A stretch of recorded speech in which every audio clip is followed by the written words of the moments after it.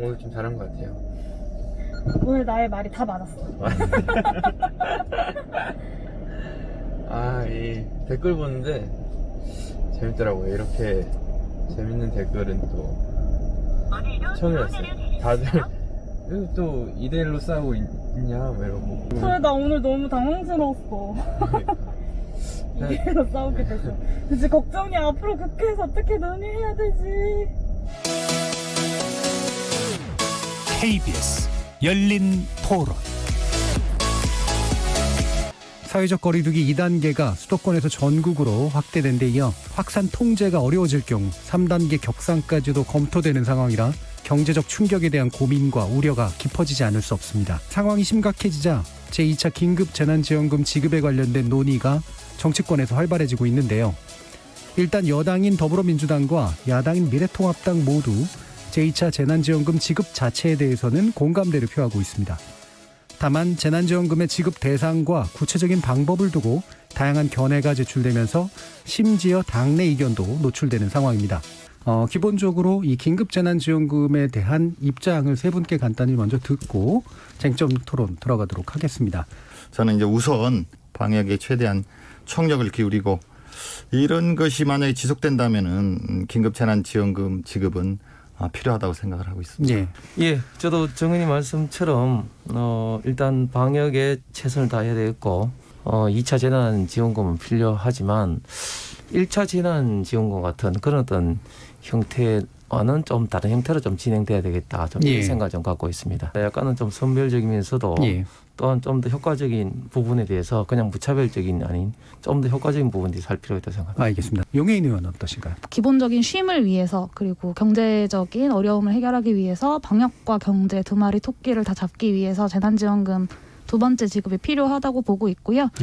저도 1차와는 조금 달라야 된다고 생각하지만 선별해야 된다는 것은 아니고요. 1차 때는 가구 단위로 지급을 했었는데 이번에 2차 지급할 때는 개인 단위로 지급하는 것이 더 좋겠다라고 생각하고 있습니다. 2차 재난지원금은 지급하되 가구보다는 개인 위주의 지급이 좀 더 필요할 것 같다. 실제로 그러면 구체적인 어떤 지급의 방식을 1차는 확실히 좀 다르게 해야 된다라고 보시는지라는 부분에 대해서 얘기가 나눌 텐데 묵혀둘 수 있는 돈이 아니기 때문에 3개월 내에 써야 하는 돈이기 때문에요. 이 상위 10%, 20%, 30%한테 지급한다고 해서 이 사람들에게 도움이 되는 것이 아니라 결국에는 다 지역 소상공인들한테 돌아가고 소비를 통해서 저소득층 정말 도움이 필요한 사람들에게 돌아갈 수밖에 없는 돈입니다. 그렇기 때문에 이것이 상위 10%, 20%, 30%를 돕는 돈이다. 그렇기 때문에 70%, 50%를 선별해야 된다라는 말은 저는 좀 맞지 않은 것 같고요. 이 100%를 지급하는 이유는 단순히 상위에 있는 상위 10%, 20%, 30%에 있는 사람들을 지원하는 것이 아니라 이것의 효과를 또 바라봐야 된다라는 측면이 하나 있습니다. 그리고 또 한 가지는 소상공인분들이 그런 말씀 많이 하세요. 그러니까 재작년에 소득을 기준으로 매출을 기준으로 지원을 하다 보면 분명히 배제되는 분들이 생길 수밖에 없습니다. 근데 이런 분들까지 다 포괄할 수 있는 총괄적인 직접 지원을 하려면 저는 긴급재난지원금을 조건 없이 보편적으로 지급하는 것이 가장 효과적이다라고 생각합니다. 일단은 이제 소득 차이를 지니고 있는 소비력이 아니라 소비 자체 그 결과가 중요한 거기 때문에 그래서 다 지급하는 게 맞고 선별하는 과정도 여전히 굉장히 어렵고 불공정할 수 있다. 근데 이런 의견이신 거잖아요. 전부 다 뭐 이렇게 드리면 좋겠죠. 그렇지만 국가 재정이라는 게 또 한계가 있고 국가 채무 비율도 있고 벌써 추경을 3차례나 했지 않습니까? 재원이 한계가 있죠. 너무 또 채무를 많이 줄 수도 없고 지난번에 이제 기획재정부에서 1차 할 때 70% 정도 안을 정부안으로 내놓은 적이 있습니다. 그때 한 것처럼 저는 한 70% 하위계층 해가 한 70% 정도로 하면은 그때 만드는 내용도 있을 테니까요. 준비해서 지급하는데 실무적인 또 기술적인 문제가 없다고 보고요. 선별적으로 지급하는 게 좋다고 생각합니다. 지금 일단 당론은 아니라는 전제로 말씀을 주셨고요. 일단은 주어진 재원이라면은 상대적으로 좀 하위 계층한테 하는 게 소득 어떤 그 효과도 더 크게 이제 되는 것이고 대체로 이제 선별 지급 쪽으로 약간 기울어지신 이제 분위기인데 저소득층에게 외려 더 예전보다 2배로 준다거나 이렇게 좀 높여주는 방식으로 선별하는 게 필요하지 않겠느냐라는 의견에 대해서는 어떻게 보세요? 50%, 70% 정도를 선별한다고 했을 때 왜 선별하는지에 대해서 사실 설득하기가 굉장히 좀 어렵습니다. 이미 한번 전 국민이 경험을 했고요. 중위소득 기준으로 한다고 했을 때 이게 딱 내가 버는 월급, 내 통장에 찍히는 돈을 기준으로 계산되는 것이 아니기 때문에 정말 필요하다고 느끼시는 분들도 배제되는 경우들이 굉장히 많이 생깁니다. 그리고 저는 1차 때랑 똑같은 상황인데 왜 다시 선별의 이야기가 나오는지 좀 궁금합니다. 사실은 이제 1차 때 선별하지 않았던 것은 이 재난, 코로나19라는 어떤 재난 상황이 작년의 소득 기준을 가지고 지금의 어떤 선별을 할 수 없기 때문에 전 국민에게 지급한다. 그러니까 작년에 소득이 많았던 분들도 올해는 코로나19로 인해서 소득이 급격하게 줄어들 수 있고 그런 분들이 많이 계시기 때문에 전 국민을 지급했던 것이잖아요. 근데 사실은 지금 역시도 이제 올해의 소득을 기준으로 선별할 수 없는 상황에서 결국에는 선별을 한다면 작년 소득을 기준으로 선별을 해야 하는데 이것은 좀 맞지 않고 1차 때랑 같은 상황이다라는 생각이 듭니다. 이 코로나19라는 것이 한 2년 정도 이상 지속될 것이라고 많이들 예측하시지 않습니까? 그래서 이 긴급재난지원금이라는 것도 좀 증세 이런 논의들을 통해서 좀 정례화하거나 이런 논의들이 더 나아가서 필요하다고 보고요. 코로나19라는 뉴 노멀 상황에 대한 새로운 패러다임들까지 증세와 긴급재난지원금의 정례화 등까지 함께 논의해야 된다고 생각합니다. 재정 마련 확충 방안에 대해서는 그럼 2부에서 좀 더 자세히 좀 논의해보고요. 일단 지금까지 들어온 청취자 문자들 좀 들어보고 가도록 하죠. 5641님, 전 사회복지 종사자입니다. 긴급 재난지원을 함에 있어 사회 취약계층에 집중 지급하는 건 반대합니다.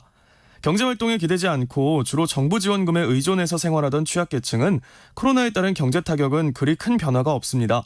정말 필요한 대상은 영세의 소상공인이 아닐까요? 7417님, 재원 마련은 어디서 준비할 건가요? 포퓰리즘 정치로 세금이 이미 많이 올랐습니다.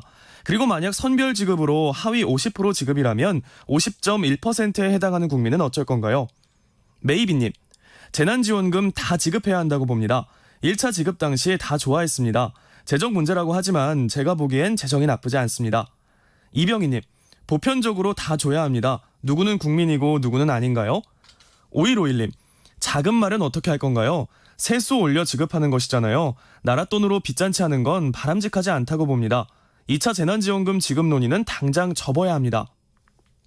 4913님, 재난지원금 지급은 찬성합니다. 다만 사용 방법의 다양화가 필요합니다. 공과금이나 세금, 학원비 납부도 가능하게 했으면 좋겠습니다.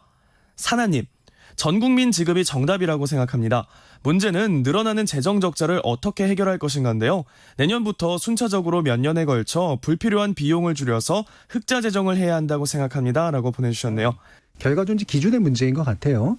그래서 저희 또 HC님 같은 경우도 선별 기준을 만드는 게 얼마나 힘들고 오랜 시간 걸리는지에 대한 고려도 필요하다고 봅니다. 형평성 논란으로 이어질 게 뻔하고요 하면서 많은 분들이 다 이런 의견들을 좀 주셨거든요.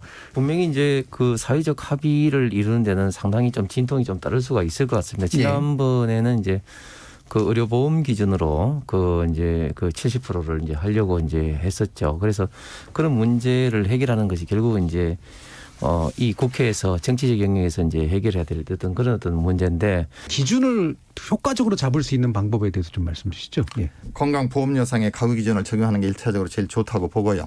경계선에 해당되는 분들이 나는 아슬아슬하게 못 받았다라는 어떤 박탈감, 억울함, 박탈감 이런 게 생길 수가 있겠죠. 그렇지만은 국민들이 그런 건 좀 이해를 해 주셔야지 100% 다 만족하게 할 수는 없거든요. 한 가지 좀 말씀을 드리면 작년 기준에 저소득층만 소득이 줄어든 것이 아닙니다. 그러니까 전반적으로 소득이 줄어든 문제가 한 가지 있고요. 작년에 소득 기준이 그러니까 그것이 70%든 50%든 이 기준이 올해 이 코로나로 인한 소득의 감소를 반영할 수 없다. 그렇기 때문에 선별하기 어렵다라는 말씀을 좀 드리는 거고요. 그러니까 국민건강보험 기준도 그게 반영이 안 된다는 말씀이신 거죠? 네, 그렇습니다. 그리고 문자에서 나왔던 것처럼 50.1%, 70.1%는 어떡할 거냐라고 많이들 말씀하시는데 여기에 이제 정치적 불안정성이 하나 있는 것이 있고 두 번째는 이 소득 역전의 문제가 발생합니다. 그러니까 70%에 있는 분들과 70.1%에 있는 분들이 이 긴급재난지원금을 선별해서 지급했을 경우에 이 소득의 역전 현상이 발생합니다. 그러니까 이 문제를 과연 정의로운 문제라고 볼 수 있는가? 그러니까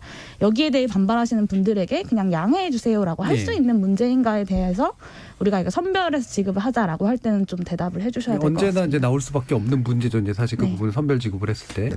자, 그럼 재정 문제를 이제 어쨌든 계속해서 이제 지적을 해주셨기 때문에 지금은 이제 1차하고는 확실히 다른 게 전부 다 적자 국채가 발행돼야 되는 상황이고 이후로도 또 뭔가를 대비해야 되기 때문에 이게 이제 사실은 기재부에서 계속 설득하는 말이긴 하거든요. 한국은 국가 채무 비율이 굉장히 좀 낮은 편입니다. OECD 평균에 비해서도. 그래서 OECD는 IMF 같은 경우도 지금 이 전 세계적인 역성장 상태에서 한국이 좀 더 확장적인 재정 정책을 펼칠 필요가 있다라고 예. 권고를 하기도 했고요. 최근에 발표된 자료를 보면 가계부채 비율이 98%를 돌파를 했습니다. 그래서 지금 상태에서는 국가 재정 건전성 걱정하다가 가계 재정 건전성이 다 무너지게 생긴 상황이 아닌가라는 예. 생각이 좀 들고요.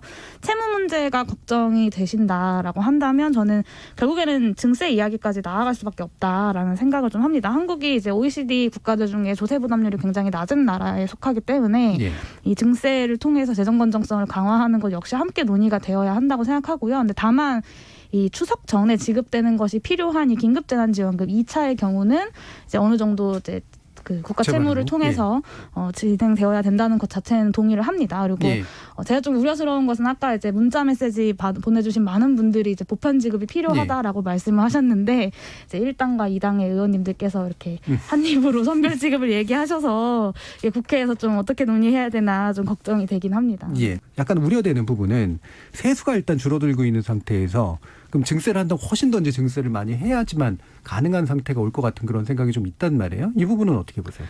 네, 세수가 줄어드는 문제는 사실 이 코로나19로 인한 경제 위기 전에도 제가 알기로는 올해부터는 좀 세수가 작년까지는 세수가 이제 많이 거쳤었는데 올해부터는 좀 줄어들 것으로 예상을 하고 있던 상황에서 이제 정부에서도 대비하고 있던 것이 있을 것이라고 생각하고요. 그리고 증세 문제에 대해서는 뭐 아까 이제 이 긴급재난지원금의 기준선에 대한 사회적 합의가 필요하다고 하셨는데 저는 증세 문제야말로 국회가 좀 더 적극적으로 사회적 합의를 이루어야 되는 것이 아닌가. 더 고도의 사회적 합의가 필요하겠죠. 네, 들고요. 그리고 조세 저항이 클 수밖에 없는 아주 선별적인 증세뿐만이 아니라 저는 보편적인 증세까지도 함께 이야기할 수 있어야 된다고 생각합니다. 조세 저항을 줄이면서도 전반적인 증세를 이루어갈 수 있는 방안들에 대해서 논의해야 된다고 생각하고 그 방안이 이제 뭐 탄소세 같은 방식이라거나 아니면 토지보유세 그리고 저는 소득세랑 법인세도 당연히 건드려야 된다고 생각하고요. 증세 문제는 굉장히 국민들께 부담을 드리고 예민한 이슈이기 때문에 지금 뭐 코로나19 문제로 인해서 갑자기 증세 문제를 꺼내면 이게 또 다른 문제를 크게 만듭니다. 그래서 증세는 쉽게 꺼낼 수 없고 또 증세는 쉽게 저도 찬성을 못 합니다. 그리고 아까 용 의원님 말씀하신 것처럼 2차 재난지원금을 가지고 뭐 추석 전 지급 저는 쉽지 않다고 생각을 합니다. 추석이 지금 뭐 한 달 정도밖에 안 남았는데 추석 전 지급은 사실상 어렵고요. 좋은 방법으로 재원을 확보해서 지급을 한다면 추석 전이든 후든 전 뭐 큰 문제는 안 된다고. 홍석준 의원님까지. 속도의 문제입니다. 아까 제가 말씀드린 것처럼 우리나라 굉장히 지금 채무 증가 속도가 빠르고 더 큰 문제는 뭐냐면 고령화 문제입니다. 우리는 지금 전 세계에서 가장 빨리 지금 고령화가 되고 있습니다. 잘 아신 것처럼 고령화에 따라서 앞으로 복지 비용이라든지 어떤 생산의 어떤 잠재 성장률 저하라든지 이런 것 때문에 그냥 가만히 있어도 국가 채무 비율은 급격하게 오를 수밖에 없다. 결과적으로 우선은 이제 방역에 집중을 해가지고 이 사태를 빨리 진정시켜서 국민들이 안심해서 평상의 생활로 돌아갈 수 있게 최선을 우리 민주당 여당에서도 정부와 함께 다하도록 하겠습니다. 이 재난지원금은 이제 선별적으로 저는 한 70% 정도 되는 분들께 조금 더 두텁게 지급을 하는 게 좋다고 보고 국가 채무도 그래야 너무 늘지 않으면서 다만 지급 시기는 현재 진행되고 있는 상황을 봐가지고 추석 전이든 후든 중요하다고 생각을 안 하고요.